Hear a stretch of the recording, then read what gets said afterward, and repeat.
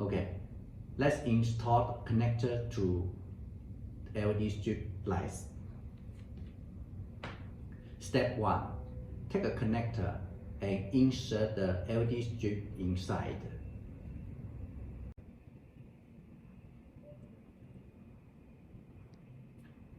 Make sure the LED is facing up towards the top and the shoulder pads are directly below the small hooks on the connector.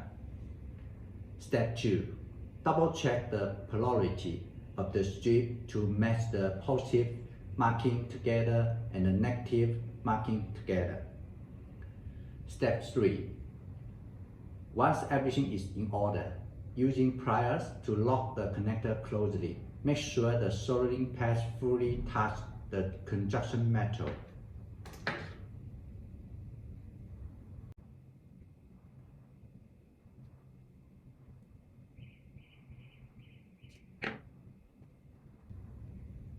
All is done.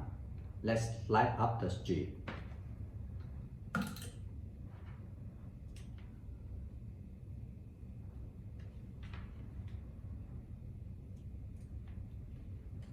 Beautiful.